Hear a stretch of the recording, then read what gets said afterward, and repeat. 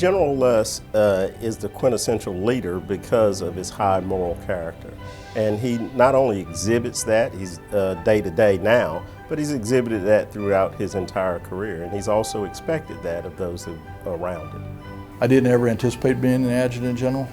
Got offered the opportunity, and so I did. I committed myself to it, but also it wasn't very long into it that I realized, I said, this is one fleeting opportunity that I have to try to make things better for all those that are serving.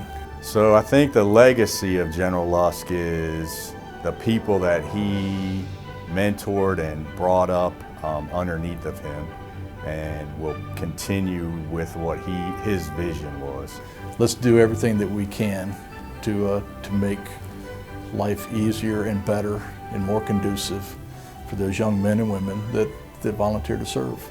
North Carolina is better because of the service of General Lusk. Not only because of his service, because in this important role as the Adjutant General, he didn't build followers, he built leaders. And those leaders are carrying on his legacy today.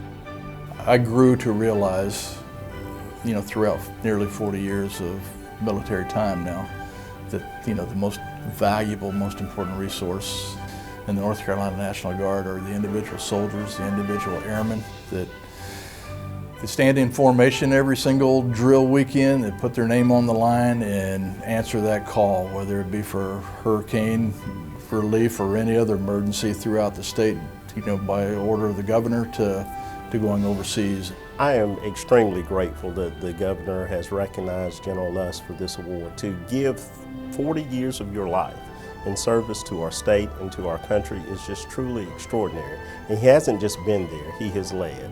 And in his leading of troops, whether it's to serve our national interest abroad or right here at home with domestic deployments, he has always been a quintessential leader, and there is a dynamic tie-in between the Department of Public Safety and the National Guard, both for domestic deployments and our support of the Guard in general as they take on missions around the world.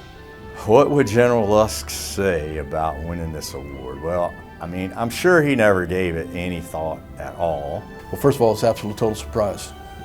Absolutely not expecting it at all. So humbled by it, particularly as I've learned how rare the Spirit of Carolina award has been. He has never been somebody who has particularly sought the limelight, and so it kind of fits into that his role is really the embodiment of a calling. He was called into this service, and he was called to lead as a part of his service. We do our job because it's the job, it's the calling, it's the obligation that we have, not because we're trying to advance ourselves. And I think that probably has proven itself out more often than, at least I hope so.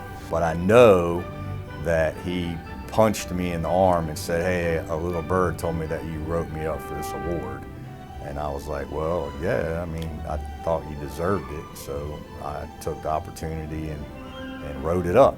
There's no higher honor that I could really think of than beyond the recognition of a person who genuinely cares for everybody that they come in direct contact with and whomever they may impact around the world. I think General Lusk would retire, but I think his wife would put him to work at the hardware store, and I'm pretty sure that's what he's trying to avoid.